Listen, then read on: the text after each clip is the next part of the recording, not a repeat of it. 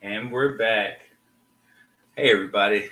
Welcome to another episode of Armchair GMs brought to you by Jocks of All Trades podcast. I'm Bugman Jay. That And guy I'm over there. Matt. Welcome to the show. What's going on, Matty Ice?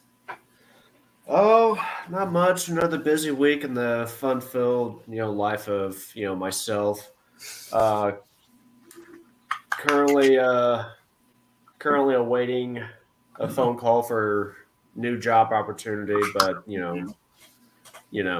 thoughts and prayers on that one. I'm still up in there about the whole ordeal, but I'm excited. We'll wait and see. Kids are healthy. So on and so forth. But no, life's pretty good, man. How about yourself? Pretty good. Couple of my kids have been sick over the weekend. One's still trying to get over, bug or whatever. But otherwise than that, it's been pretty good. Halloween was pretty good. Went by pretty smooth. Seems like that was light years ago. We're getting ready for Thanksgiving already. Listen, I'm fine with getting ready for Thanksgiving. It's the people who are getting ready for Christmas. I am judging you all hours of the day, all like every second that I sleep. I'm judging you. So if you are one of those people that are getting ready for Christmas right now, I'm going to need you to bottle that energy up, put it away for about 3 more weeks. Say let December 1st hit before you start putting up. Exactly. And to add on to that, all those who leave Christmas lights running through the new year, I'm also judging you. Because I don't want to see a floating Santa Claus singing and doing a dance January the 13th. I was gonna say, okay, so for that one, I may feel the wrath of your judgment because like in the Midwest, around New Year's, it is a little cold. Yeah. It's one of those. I'll give it a couple days. I won't give it like a whole month, obviously. But like after New Year's, it's like, all right, now I'll start taking it down. But let's wait till it's about 20 degrees. Ooh. Okay. I'll dial it back just a little bit. I'll dial it back.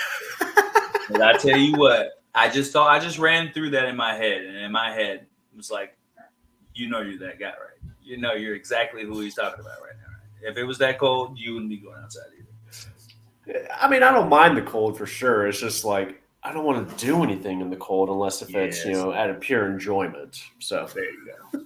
There you go. All right. Well, it's been a while, so we're gonna try to catch you guys up on a few things, and also catch ourselves up if that makes any sense. But opening notes, man. Anything that happened? I'm gonna let you go first because I already know my thing. Nothing's. It's already here. I'm just ready and willing to do a Cam Newton and just let it all out. But I'm gonna let you go first. Anything over the weekend? Sports related. just the Colts finally moved on from Frank Reich. Obviously, we're going to touch a little bit more on this, once we get to news and notes. Mm-hmm. But they finally got rid of Frank Reich. I've been saying it for a while now. I don't think Matt Ryan was the main problem. No. I don't think the struggles on the offense, like the offensive play calling by the offensive coordinator, I forget what his name is. I can't think of it right now. He wasn't really the problem. Frank Reich has been the problem for that organization for a while, For years. and they finally moved on from him. I'm happy for the Colts. Mm-hmm. However, it did not make sense to bring in Jeff Saturday as an interim coach. Did not make any sense. You don't think so? Honestly, no. And I like Jeff Saturday. I love the guy. What if Dan Overlasky goes over there and coaches with him? He's going to be his offensive coordinator. I sent that article that I sent you. I sent to a few of my work buddies who are Colts fans, and I won't say what was said. Just know that there was some hate mail sent right back to me over that. But like it didn't make sense. And he's a great NFL personality. He was a great player. But like he hasn't coached anything higher than high school. If you like, they could have brought in Gus Bradley, their defensive coordinator, as the interim coach. No. That would have made sense. Mm-mm. It would have made more sense than bringing in Jeff Saturday out of nowhere. No, man. They know they have nothing to play for. Whoever he brings with him is going to have to run the offense. This is more for the fans. This is more for you guys than for the actual winning any games. You're probably not going to win many games with Sam Ehlinger as your quarterback. True, but if you're going to bring on a former player to be your interim head coach, why not have the guy that's already a part of the coaching staff, Reggie Wayne, your wide receiver coach? Why not just put him in that position? Why Jeff Saturday? To me, it didn't make sense. Now that's a whole nother issue that could be kind of good boyish in my eyes, but it's 4 appearances. It doesn't look like it's anything. I don't know anything of how I don't have any kind of insight other than common knowledge. So I hope I don't get butchered for this, but it seems as if something to kind of appease and bring a little bit of fire to the team. It may help. We may be looking at the next greatest coach of the Colts. But as of right now, it's just like a head scratcher because it's like you're rolling the dice on someone with very, very limited. Now, granted, being the center, you do have to remember play sets. Plays are stuck in your head. But it's for your position. It's not for the whole team. So I don't know how well this will work out, but I could tell you this. There's probably a lot of people scratching their head like, what the bleep? And there are some people like, this may work. It's happened before. Yeah, I was going to say, like someone walks off the streets, 37 years old. Mm-hmm. There are coaches that have that in them because it's all about the mindset. If you're smart enough to diagnose and call plays, you should at least try your hand at being a conditions coach or, assistant coach or something just to see if you got it. But he's never coached in the NFL before at any level, coordinator, assistant. He is only, in fact, you know what? I'm going to take a page out of your book. I need your Bugman stat. I need your Bugman stat graphic here. This is for me of all people. So, crazy stat here. Jeff Saturday is the first head coach to be hired to the NFL with no college or pro experience since 1961.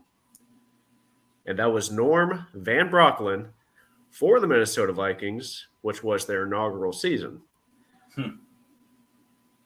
Now, obviously, inaugural season, you don't know what the hell is going on. It's just like, hey, that guy's played football. Let's have him as our coach. But this is not the Colts' inaugural season, so maybe it'll work. It works in other sports. It's happened in other sports. It's happened in baseball. It happens in basketball all the time where, like Steve Nash had never had any coaching experience.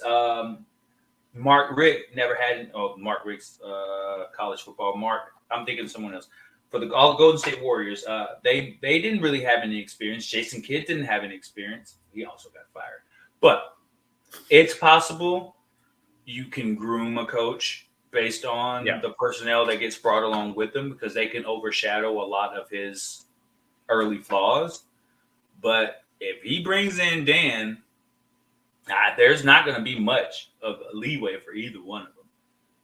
Like interim is interim, and it's in NFL it's a lot harder to get that interim tag taken off of you and getting a shot than in the regular NFL. But maybe this is just a chance for him to get exposure, and then he'll get bumped down, get an OC job somewhere, and then work his way back up. Or maybe this is just a catapult. Maybe this is just a new NFL, and we're just not hip to it yet.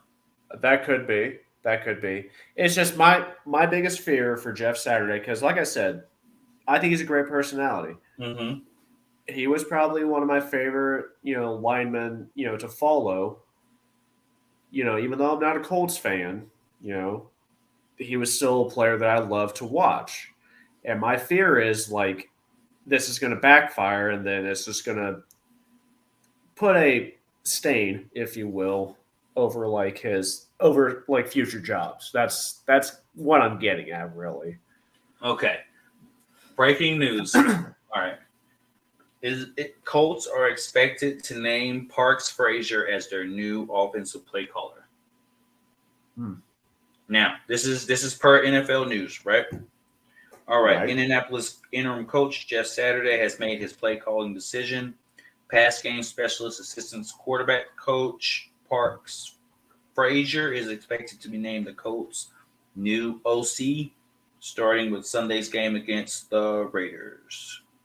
On one hand, Frazier has the most experience of any offensive coach left on the staff after the dismissal of Frank Reich last week and firing of the offensive coordinator Marcus Brady. Hold on, No, never mind. Let's not go there. On the other hand, Indy has just handed the keys to a 30-year-old who has never called plays or has been in a role higher than an assistant. So it's a trend. It's just a trend. It's just the trend they're on right now. They're throwing the darts in the dark, hoping to hit a bullseye. Will it work? Probably not. But best of you have luck. to give it an opportunity. That's the way the NFL works. You have to try to put something together, and hopefully it'll stick. Sometimes it'll stick like that noodle. Sometimes it'll fall to the floor. We just have to see what happens. I wish the best for them, but they're not working with much right now. I can tell you that much. Because Sam Ehlinger ain't it. It's not it. All right. Let's get through the nitty-gritty of our day. I am on ads today, and I've just put myself under the 8 ball by putting the ads up before I pulled them up on my phone. There we go. I am back. All right. First ad comes from Fresh Cuts. Fresh Cuts is a local barber shop in Marion, Indiana.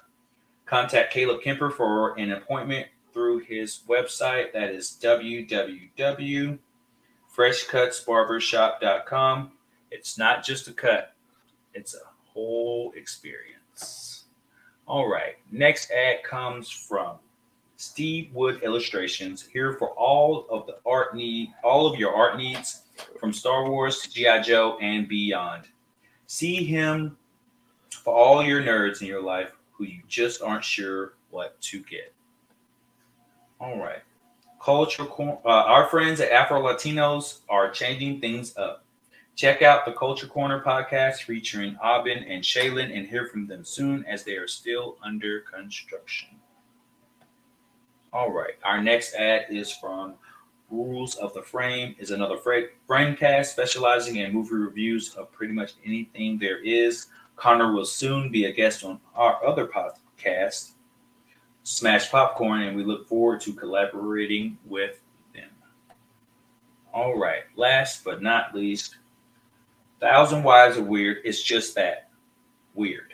From reviews of weird movies to criticizing bad movie choices, Brad H. and Billy Martell will keep you entertained and laughing for hours on end.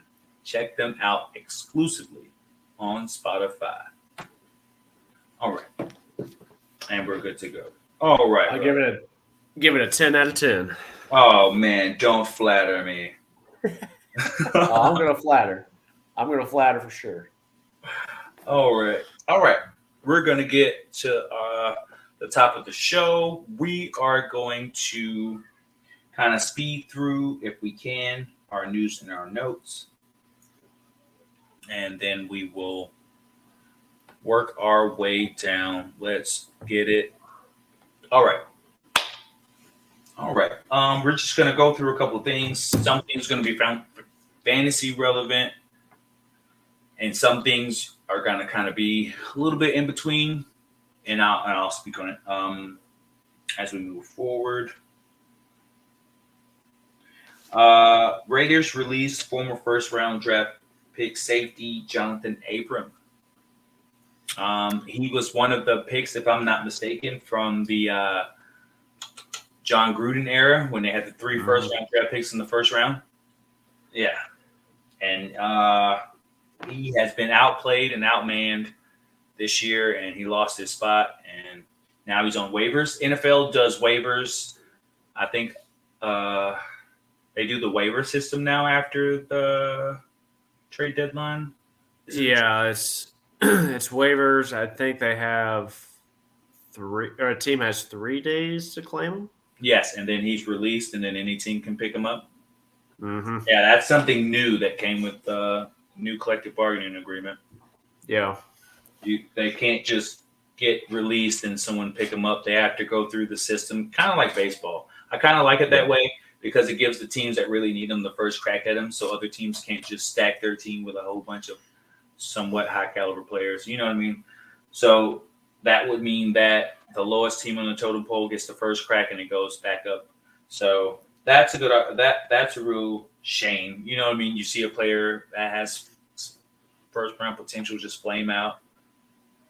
You know, honestly, I feel like with the Raiders organization as a whole, you know, once they moved from Oakland, Los Angeles, wherever, I lost track after where they were at after a while. There you go. They ended up going to Las Vegas, and I feel like it's just been a steady decline for a lot of those players. Yes. And it's unfortunate. I think it is the culture that comes with Vegas, you know, and it didn't help that the Raiders organization in general didn't have, you know, top line, you know, culture. So you take that type of organization that has low standards for culture, put them in Sin City, things are going to happen. It's a big old explosion. All right. Moving forward, fantasy relevant news, somewhat, maybe in deeper leagues. Charlie Collier activated from IR on Tuesday. The Ravens activated rookie tight end Charlie Collier from the IR. Collier was a rookie out of Iowa State. Could make his debut in Week 11. 23-year-old prospect is highly touted for his pass catching abilities. So this was something that kind of pops in my mind because with the often injured and struggling Mark Andrews, this could be an opportunity for Collier to really show what he's worth. Like in Iowa State, he was the man. He was the man. Oh, yeah. To backtrack a little bit, my fun thing over the weekend was watching Georgia whoop so-called number 1 Tennessee and just sweeping the floor with them. I think it was either 6 or 7 sacks as a team. Man, we hadn't had over 3 sacks in a game all year long. And we come in and get double that. No, just throw up 2 threes and we're good. And that was a good win, man. There's no reason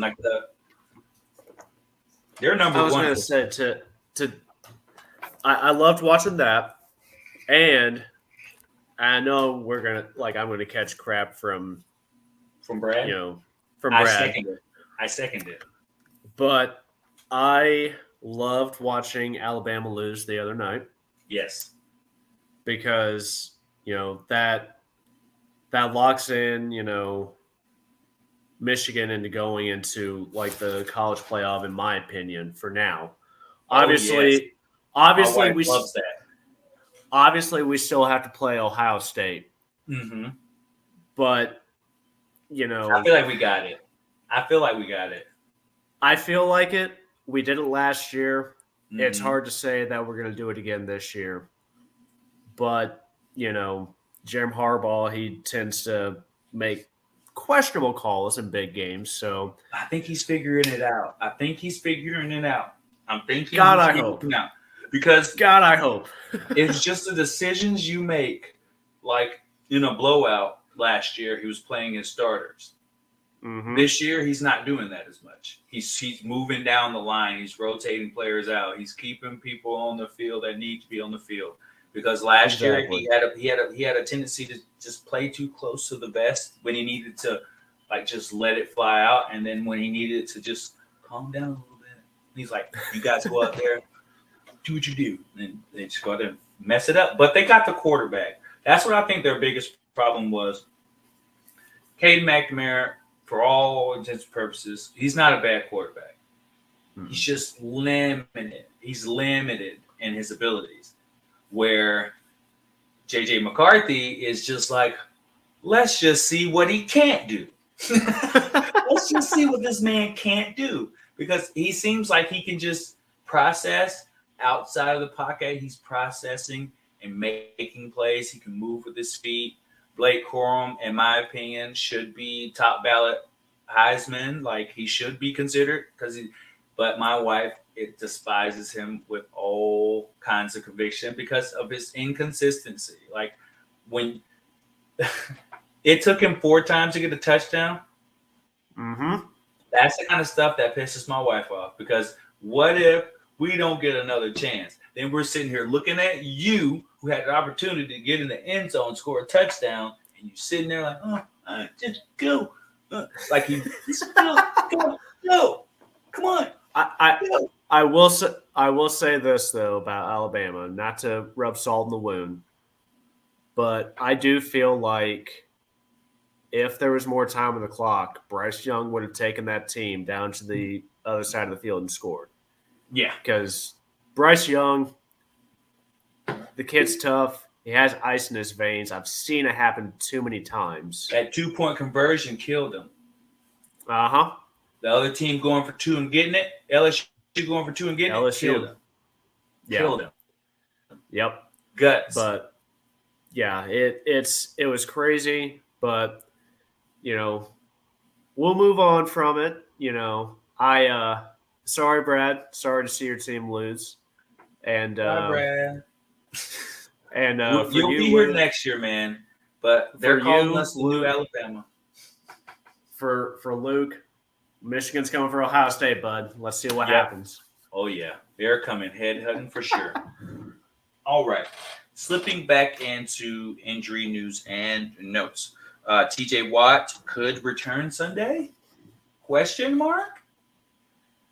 TJ Watt could possibly return to the Steelers defense on Sunday against the Saints. That would, in my mind, bring their DST, because we're coming up to bye weeks. There's a couple more teams that have byes. They could be an option towards week 12 and 13. It's potentially a defense you could stream during byes. Especially with TJ Watt being on the field, you're going to have opportunity to get some sacks and some turnovers. So that's what I'm looking at. Okay. Kenny Golladay knee practice on Tuesday. It seems as if this is the first time he's practiced since week 4. So I would say he was limited, and it's just I don't really see any stock in this unless we're in deeper leagues, because he really hasn't been effective when he was on the field. But they need players right now, so he could garnish maybe 5 to 8 targets, and with that puts him at a flex. So that's something to be considered. What he does with the snaps, I think he's lost it. I don't think he has any juice in his legs left, but we'll see. Chuba Hubbard practiced on Monday. He's dealing with an ankle injury. He was limited in practice last week and was ultimately ruled out. He got yet another limited on Monday and took part in practice on Tuesday. So I'm assuming he was in full, but he's got to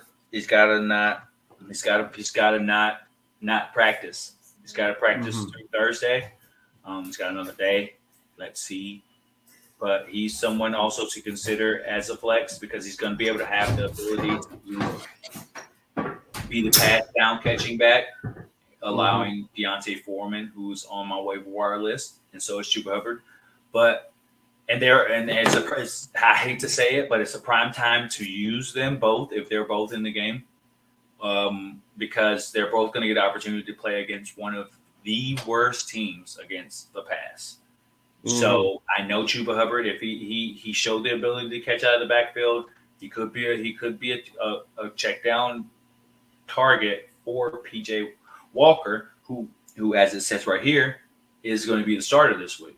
The coach came out and said that Baker's going back to the bench, and the team's going to ride with PJ Walker this week against Atlanta. They didn't fare that well last time they played us, but it was still a game. But I just don't. I see a lot of upside with playing them because they are good. I don't know how Deontay Foreman's probably going to have a pretty decent game against our run defense.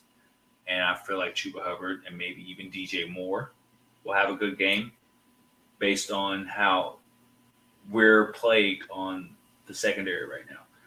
We're picking up guys. So long as DJ Moore doesn't throw his helmet off again, I mean, maybe they'll have a chance.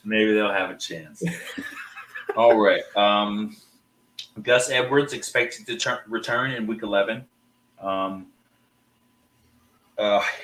Harbaugh reiterated that the plan is for Gus Edwards to return to the field when the Ravens face the Panthers in Week 11. So, with them being on a bye this week, Gus Edwards needs this extra time.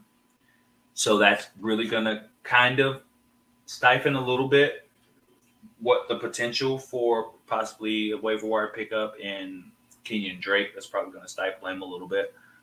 But maybe not, because he's probably not going to be able to take a full workload with dealing with that hamstring injury. It's been a nagging injury, and and you got to remember, he just was activated off the PUP list 2-3 weeks ago. So it's going to take some ramping up. So he's not going to get a full workload. So in a deeper league, Kenyon Drake will still be a good option for me. Deshaun Jackson, hamstring, is also dealing with soft tissue injuries, but I don't really see any impact. Do you? Deshaun Jackson, any fantasy relevancy? A healthy Deshaun Jackson, yes. Because, I mean, he can still get up the field, and he has that breakaway speed. It's amazing that with him being at the age of, I think, 35, I want to say, the speed he has, I mean, he hasn't lost a step. Injured Deshaun Jackson, however, or, a Deshaun Jackson that's not 100%. Yeah. I don't see any relevance, really, which, it's sad to think, because, I mean, Deshaun Jackson, he's always been an exciting player to watch. So, you want to see a healthy Deshaun Jackson. It's prime time if, you see a healthy Deshaun Jackson. Yeah. I have one injury note to point out, though. Odell Beckham Jr., he's expected to return to football, form, however you want to word that. And, there's a lot of teams that are interested in him right now, one of them being the Cowboys. I know the Packers, want to make a move for him as well. So it'll be interesting to see what team, if any team, decides to go after him, he'll end up with. I know a lot of teams, they kind of missed out on the Brandon Cooks, sweepstakes from the trade deadline. So at this point, it's kind of like, all right, second best option is OBJ. So it'll be interesting. I think he'll end up, ultimately choosing a team that has, Super Bowl aspirations. So it'll be interesting. I know Minnesota was in the talks for it, but I don't foresee that happening now, especially after they made the trade for TJ Hawkinson. Yeah. I mean, I've been wrong before. I mean, Adam Thielen is getting older. Yeah, you're right. KJ Osborne, he's good, but I don't see him, taking Thielen's spots. So It'll be interesting to see what team OBJ goes to. Yes. All right. Last piece of news and notes. Well, let's just. I just want to talk fantasy impact news with you a little bit. Isaiah Likely. Do you see any kind of relevancy with him, especially with his usage? If he goes to a team like Dallas, I think so. No. He's with Baltimore Ravens. Oh, are you talking about Deshaun Jackson? Or are we talking about OBJ? Isaiah Likely. Oh, sorry, I didn't hear the name. Yeah, I see a lot of fantasy relevance with him. Like even with Mark Andrews out there a little bit last week, Isaiah Likely still got a lot of looks his way. Even brought in a touchdown. Yeah. I think he will ultimately be a good target for Lamar Jackson. Mm-hmm. And once who knows? Rapport. He showed flash. Oh yeah. And I think what it'll boil down to is when the Patriots, they had that they had a 2 tight end system with Aaron Hernandez and Gronkowski, and that seemed to work wonders. Mm-hmm. Who knows? Harbaugh may try to do that same thing with Mark Andrews and Isaiah Likely. So, and then you also have, as I told you before, they also have Charlie Collier. So they're going to have options, really, because in my mind, I feel this is what I feel. I feel Isaiah Likely with his raw athleticism should be more of a wide receiver and allow Collier to move in and take over that tight end position. But also, you can't say that with Mark Andrews sat out last week with that shoulder injury. We really don't know the extent or if he's going to be ready to play next week. So there may be an opportunity for 2 new guys to start, which you just were talking about, Yeah. And just building off of what they have. But they're starving for pass catches on this team right now. It's like they're just chomping at the bit to have any opportunity to put like somebody of relevance out there for Deshaun Watson. I mean, I'm sorry. And it's crazy because like when you think, top targets, you don't typically think tight ends. Yes, you don't. But for Baltimore, it's working. Why go away from it? So I mean, if your tight end or tight ends in this case are going to be your top targets, why break the formula? Keep going with it if it's working. There you go. I mean, again, I would like to see Deshaun Jackson in there a little bit more and, catching passes, but he's got to get healthy first. And then with Duvernay, he only had 1 catch. It's a lot to be. I don't know. I think I'm not saying he's going to be a once-in-a-generation talent by any stretch of the imagination. But can he be a good target for Deshaun Jackson? Or I'm sorry, Lamar Jackson. Good Lord. I think he can be. So I don't know. At this point, you don't really have any other option besides Duvernay. Mm-hmm. So you might as well just stick with your formula, stick with what Lamar Jackson knows with, Mark Andrews, now getting acquainted with Isaiah Likely. You bring in Charlie Collier. I mean, keep the trend. Keep that trend going. Go to your tight ends. Obviously that's your safe spot. Mm-hmm. So go with it. Just do it. Winning you games. All right. Until teams find a way to break it, don't fix what's not broken. All right. I don't want to talk about this, but I kind of have to because it's sports relevant. Deshaun Watson is eligible to return to practice on November the 14th. Okay. Mm-hmm.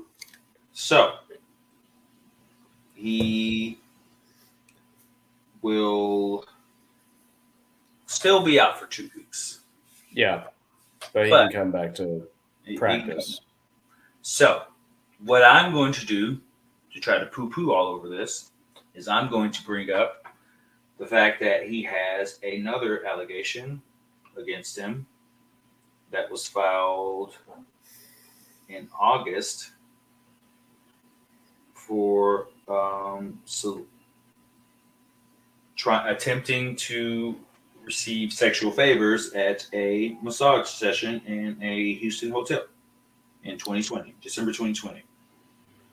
Shocker. So, with that being said, this is just a poop show, man. You know, I don't get it. Like to this day, I still don't get how he wasn't suspended for a whole year. I don't see why Cleveland is paying him the money that he is.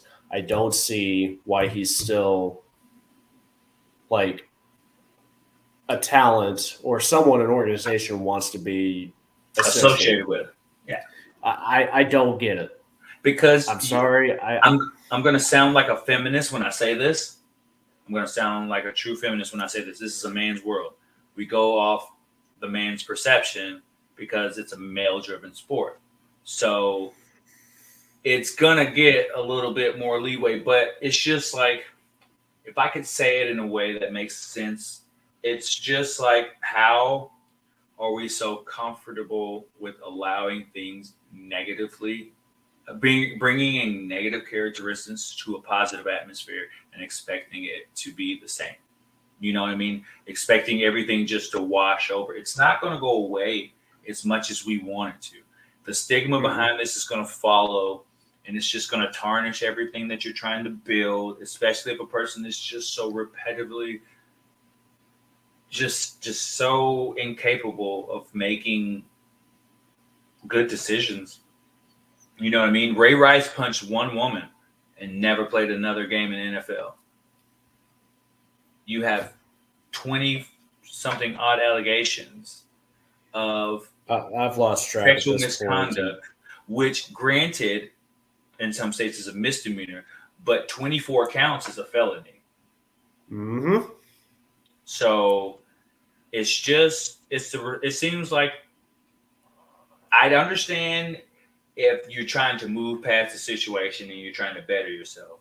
I get that. Everybody makes mistakes, some 24 mistakes.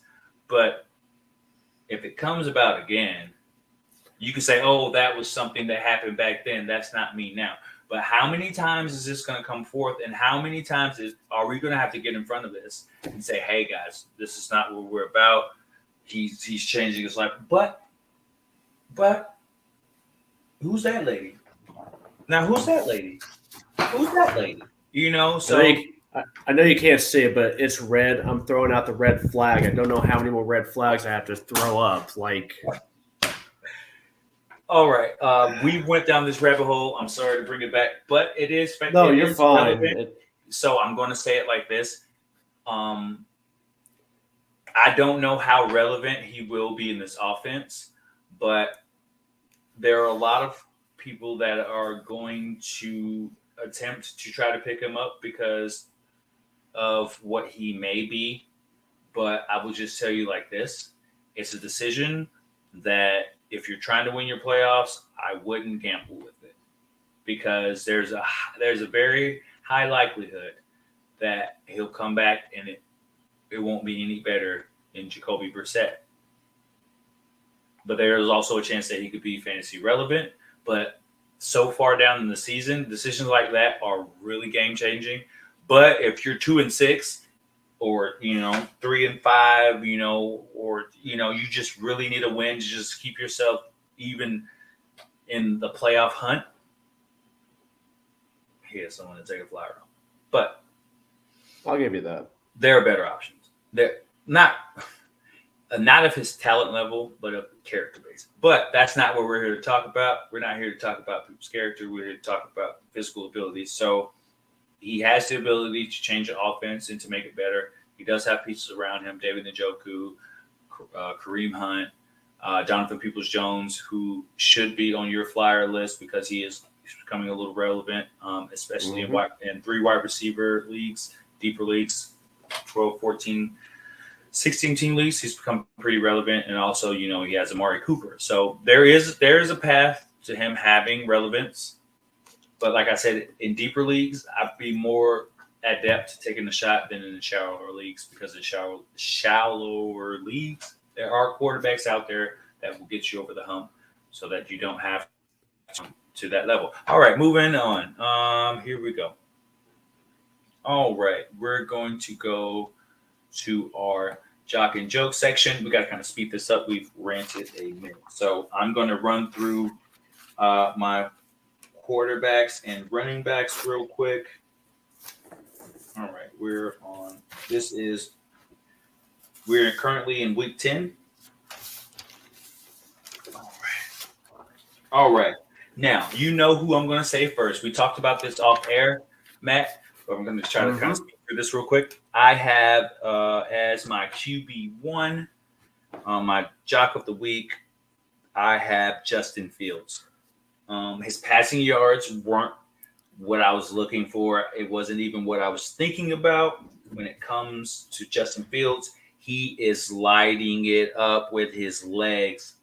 He had 17 completions on 28 attempts, 423 yards, and 3 touchdowns. So he was efficient. He did throw more than 25 passes, and he was efficient. His yards per catch were probably 4.4 yards, so there was not much depth to his throwing.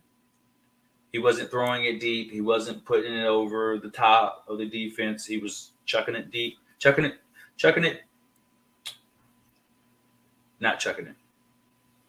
off.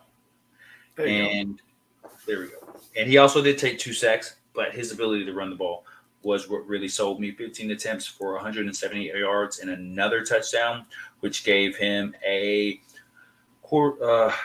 fantasy points of 42.7. Now, he is also on my waiver wire list. I told people this. I picked him up for a bag of peanuts at the end of my draft, and I had a bye this week, and I used him. And guess what? It won me my league because I had no choice to play him. But I knew not to drop him because I kind of felt like I remember him from Georgia.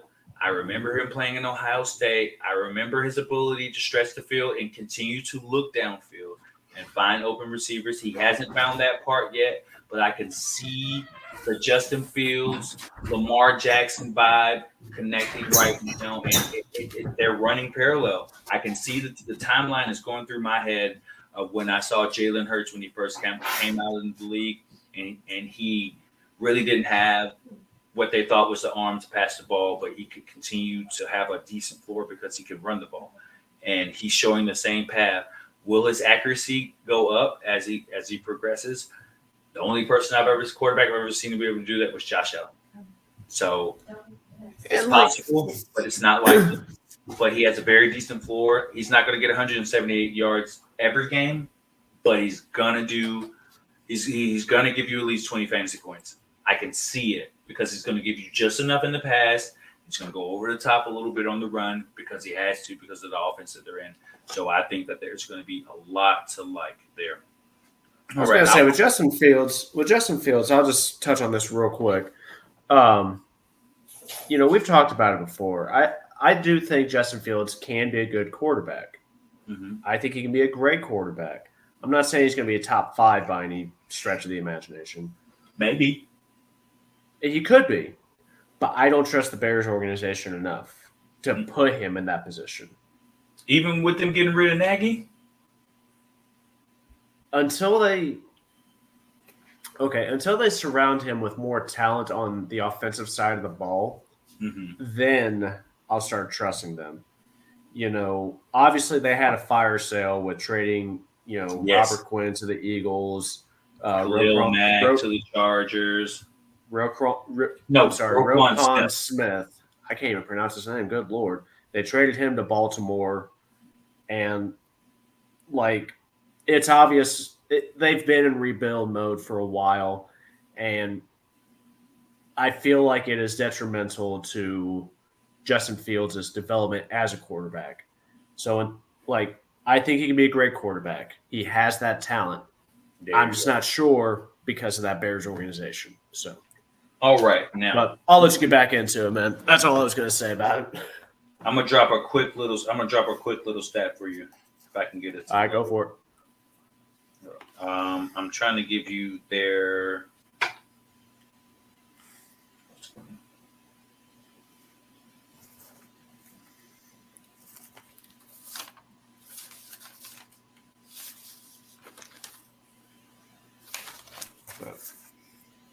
All right, I'll come back to it. It's giving me a hard time right now. All right, now for my running backs, Joe Mixon ran away with it. He had at least 20 points on the closest person, and fantasy points, which was Kenneth Walker, who's number 2. But for all the Joe Mixon doubters, all the guys that thought he was washed up, that offensive line wasn't going to give him what he needed. He's not explosive enough to take it upon himself to make something out of nothing. Howell has 22 attempts for 153 yards, 7 yards per attempt, 2 20-yard rushes, 4 touchdowns, 4 receptions on 5 targets for 58 yards, averaging 14.5 yards per route, and another touchdown for a grand total of 55 fantasy points. That man could do no wrong. That was like a tailor-made game for them in that moment, and it was the best thing I've ever seen in my life. I don't want to talk about it because of that field day, I ended up losing this past week in one of my leagues. And guess what I did? Let me guess, you won. Yeah. And it's not like I had a bad week either. It's just like, you've got to be freaking kidding me. I needed to be saved because Brandon Cooks was a late scratch for the Thursday night game. I played him and Devontae Smith, who got me a grand total of 4.4 fantasy points. So having him saved me legitimately. He covered up both of those 2 players, and he just said, "You don't need them. You have me today." No. I'll go with it. But I'm going to let you get to wide receivers and tight ends. So for wide receivers, my jock of the week, Devontae Adams, 36.6 points, 10 receptions, 146 yards, 2 touchdowns. He bounced back from the Raiders getting shut out by New Orleans, in week 8. This was his second touchdown performance, or his second 2 TD performance of the year. It'll be interesting. Week 10 matchup against Indy. With Indy, yeah, they're kind of probably in a rebuild mode with their offense especially. But that defense is pretty stout, so that'll be an interesting matchup for sure.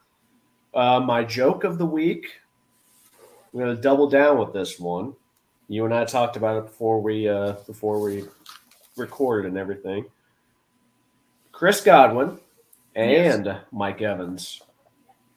They combined for 21 targets, 12 receptions, 76 yards, 0 touchdowns. And that number, you said at the end, 0 touchdowns. And I'm sorry, it was pitiful in my opinion. I'm sorry. It just Tampa Bay did get the win. We saw vintage, Tom Brady, take the ball down the field, score, in old Tom Brady fashion. About how questionable some of those calls in the game was. We're not going to talk about how questionable some of that. They were. I know what calls you're talking about. They were questionable. I will say that. But the reception to target percentage for that game between both of them combined. Mm-hmm. And I mentioned it before: 12 receptions, 21 targets, 57%. Obviously, the Bucs season has been a little bit of a disappointment, to say the least. Granted, yeah, they did win, but it wasn't from their star caliber players. No. You saw Scotty Miller and Cade Otton, carrying that team right on the last drive. Yes. Which, hats off to them. You showed up. It was the unlikeliest of heroes, which leads me to my jock of the week for tight ends. No, it's not Dallas Goedert. No, it's not Travis Kelce. No, it's not Zach Ertz. I'm giving it to Cade Otton. Cade Otton. I knew it was going to Cade Otton. I'm going to give it to him because he did deliver in the clutch. Sure, it was only 17.8 points. That's less than, stellar for some of the other tight ends that I mentioned. But, he stepped up when it counted, and it counted big in the win against the Rams. So look at the numbers. Go for it. Doesn't mean to cut you off, but do you want? I'm going to give you. I'm using a spot track to the NFL salary cap for the next year. Do you know who has the most salary cap space for next year? It's probably gonna be Tampa Bay. What? Did you say Tampa Bay? That out there. I was throwing that out there just to catch you off guard. But no, do give it to me though. Chicago Bears. They're expected to have $114 million for next year.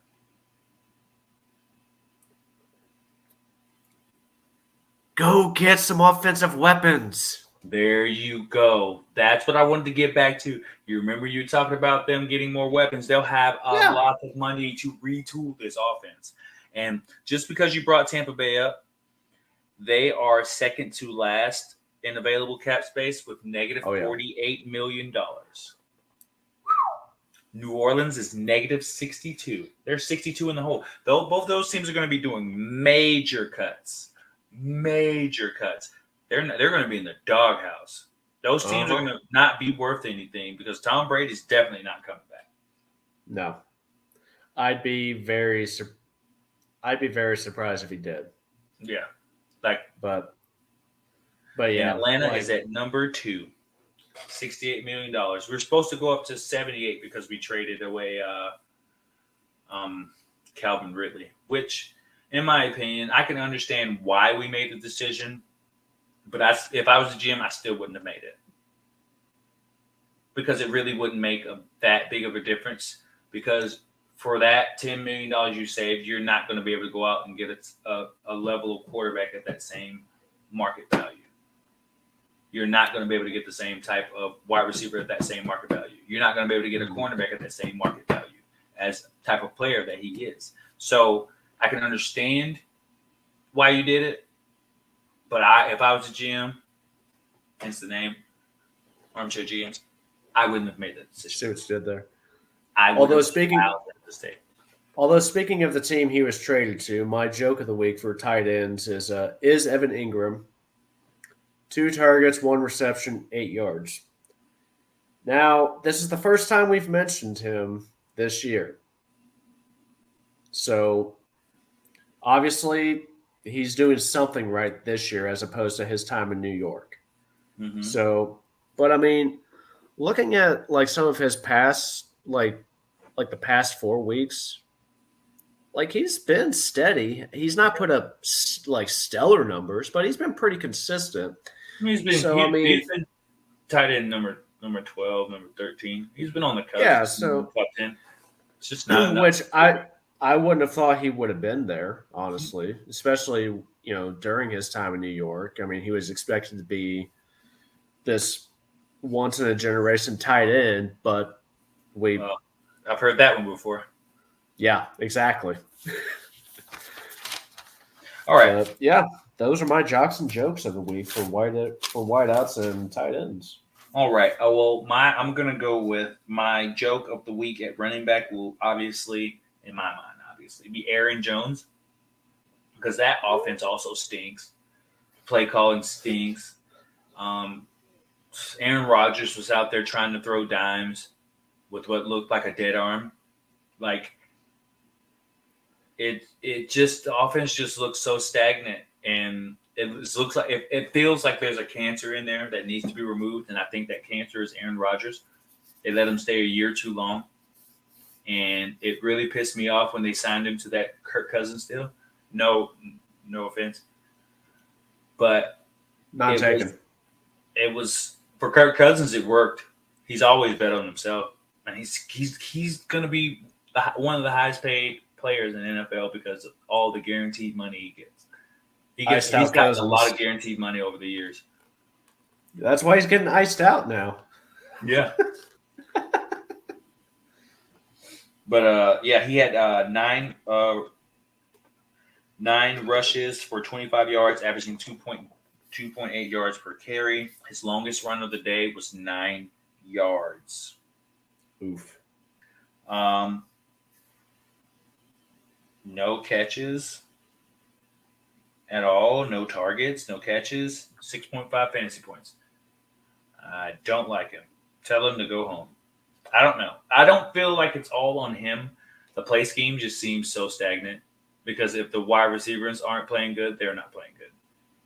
And it's stupid. They were never too far away to make a game of this game. They were never too far out. They just seemed like they just could not stop shooting themselves in the foot. And it just pissed me off so bad. So bad. My joke of the week for quarterback is Tom Brady.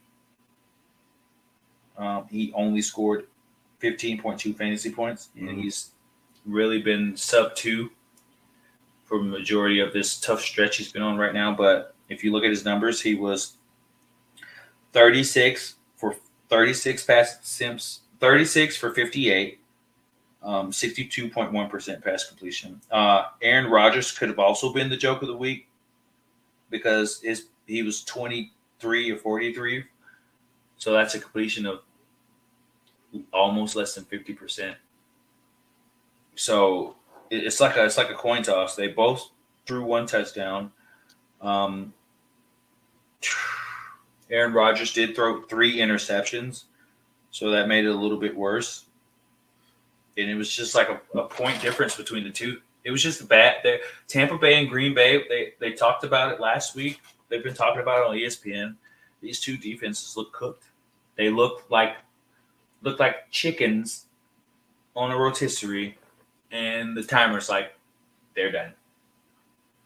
I was gonna say, and you could tell, like, if your offense isn't producing, then your defense is going to, they're going to be awful because they're on the field longer, they're running up and down, so on and so forth. And that's a lot of wear and tear on your defense if your offense can't produce. And that's what's happening with both Green Bay and Tampa Bay. So, and you could throw Denver into that lump too. I think they're cooked. Broncos country. All right. That's right. All right. Moving along to our waiver wire list. All right. I'm gonna go ahead and hit through mine and speed through them really quick. We're gonna talk about a little bit. Quarterbacks, streamable options for me would be get out of here, ad. I hate when I use a note app that has ads on it. It's like I try not to use paper, and you just make me want to have paper right now. Okay, my streamable options will be Tyler Heineke of the Washington Commanders. He held his own last week. It wasn't super spectacular. He wasn't uber efficient, but he played a very good game. He's only 13.6% rostered. I would also go with Andy Dalton. In deeper leagues, he's a streamable target. He's only 16.1% rostered. Even though you guys may not like me saying this name, Zach Wilson. He's also a very streamable target. They did just beat the team that everyone was crowning to be already saying the Buffalo Bills are going to win the Super Bowl, and they go and they just punch them right in the mouth. And it's like, hey, we're here too. Now, do I have much faith in it? Maybe. I think. Oh yeah, Tyler Heineken. Taylor Heineken. I was hoping you saw that. Taylor Heineken. Yes, and he's got it. And in deeper leagues, Marcus Mariota, who has been consistently been QB7, so he's an option, definitely a streamable option. As we go to running backs, I would have to say Jeff Wilson. He's carving out a decent role for himself. Where am I at? Jeff Wilson. He's 48.3% rostered. He was he was RB8 last week. Michael Carter. He is pretty high rostered if you can find him. Tyler Algier. He's 63.1% rostered. In deeper leagues, maybe possibly.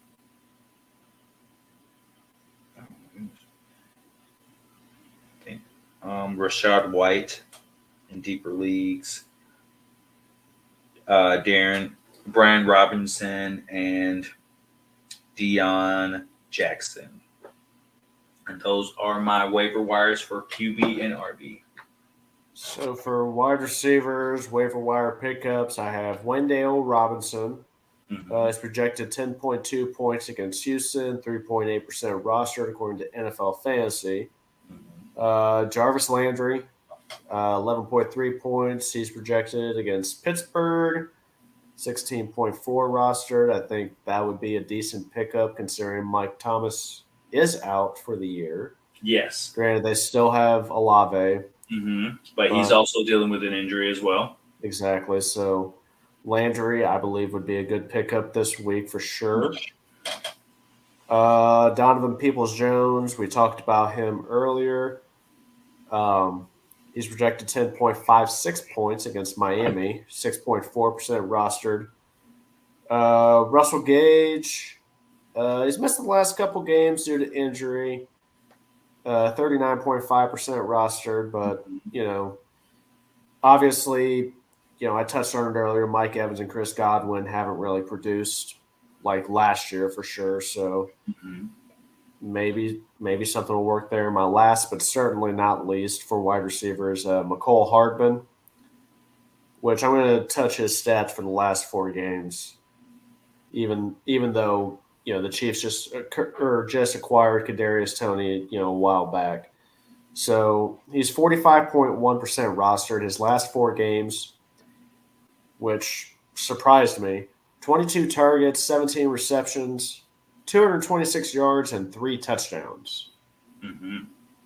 So, shocker for sure. I did not expect those types of numbers from McCole Hardman, but definitely a person you want to keep an eye on for sure. Definitely. For tight ends, I just got 3 names. Cole Kmet, he's projected 7.56 points against Detroit. He's only 24.8% rostered right now. Robert Tonyan. Listen, okay, so with Robert Tonyan, it's hit or miss. This year, it's been more miss than hit, but when he does catch, he catches a lot. So, he's projected 7.35 points against Dallas. I know it's a tall order because we know Dallas's defense, but he is 51.8% rostered. And my last one, I mentioned him earlier, Cade Otton, a.k.a. Baby Gronk. I'm starting it now. I'm starting that trend, Baby Gronk. 4.52 points he's projected against Seattle. I know it's a tough stretch, but, Cameron Brate, he's going to be out. I mentioned it. This is probably like the 3rd or 4th time Mike Evans and Chris Godwin are not producing the way that they should be producing. So in your deep leagues, for sure, go for Cade Otton. He is only 0.7% rostered. 0.7% rostered. 0.7%. It's crazy, but I'm willing to take that chance on Baby Gronk. There you go. All right. Now comes to the favorite part of Matty Ice's show. Here we go. Lightning round. And, we need to get that soundboard, man. So, I'm actually going to give you 30 seconds for each of these tonight. All right. I'll accept your challenge. Yeah. I figure, 30 seconds should be decent enough time to answer these questions because, it is the midway point of the season. We're talking about mid-season awards here. So, actually, you know what? I'll give you 45 seconds because that way, you have all the information you need, so on and so forth. So, if the season were to end right now, week 9 here on, I just got done with week 9 here on the beginning of November. Who would your MVP be for the year right now?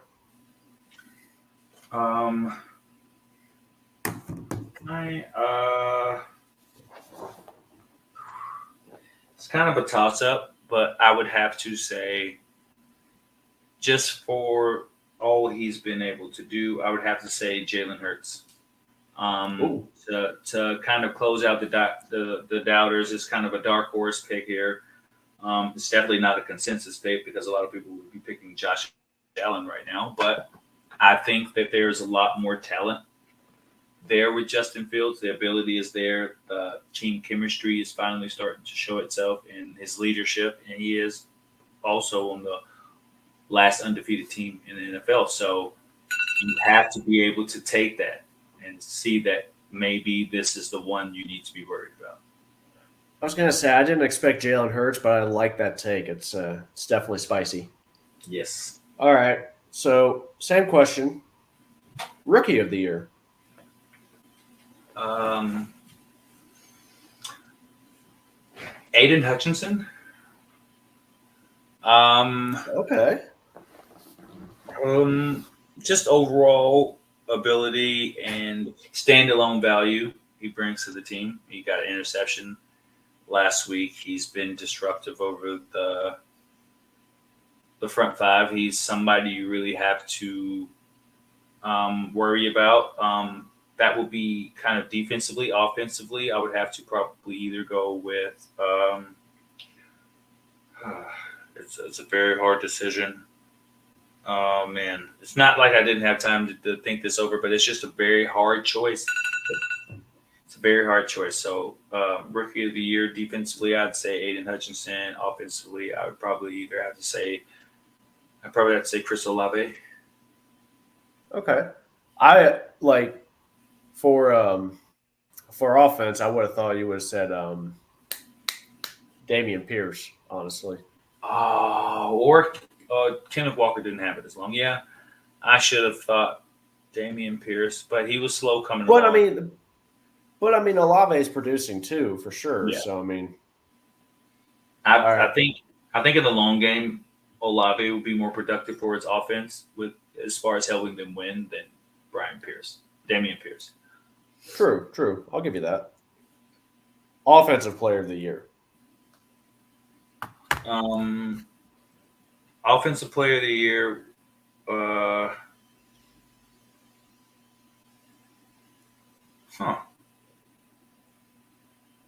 Patrick Mahomes. Okay.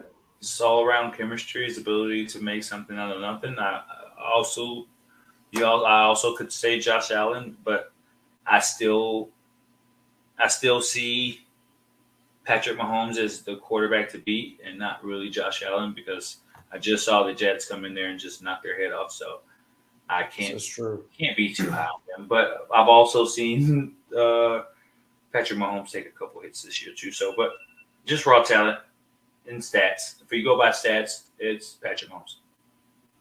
So we got two more, and then two more awards, and then I got one more question before we sign off for the night.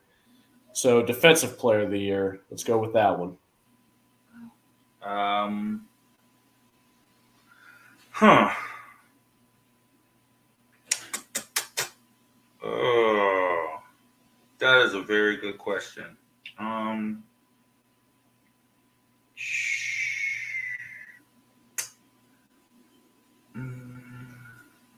Donald?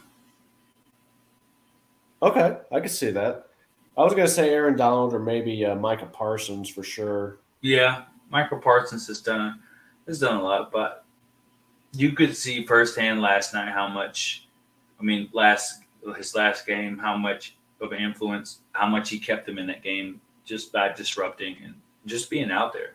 Like, Oh yeah, he disrupted. a three down defensive tackle that could just really move around and do everything.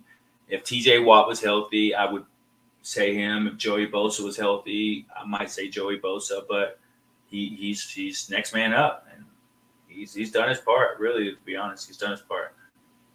I like it. Last one, and which I forgot to give you this one earlier. Comeback Player of the Year. Geno Smith, I was going to say if you don't say Geno Smith, I'm going to be highly disappointed. hands down, hands down. To expectation up level of their team was so low, it was low, and to surpass that and to be as consistent when he had so many doubters since day one, and just coming to the point where he's the man and he runs the show. And many people thought the Seattle would be nothing of a team. They didn't even think he would be the starting quarterback. They thought it would be Drew Lock. And he comes in, establishes himself in this offense, and just puts the league on notice little by little, just bringing himself closer and closer and closer and closer. And now he's at this point right now. He's consistently QB5 right now. Who would ever thought that? None of us did. Even when we did everything leading up to the season, none of us thought that. We thought Drew Lock was going to run away with that and be the new franchise quarterback, blah, blah, blah, blah, blah. And then in comes Geno Smith. Never would have thought that. Never. All right, last question. This has not to do with midseason awards. This has to do with the OBJ sweepstakes. Mm-hmm.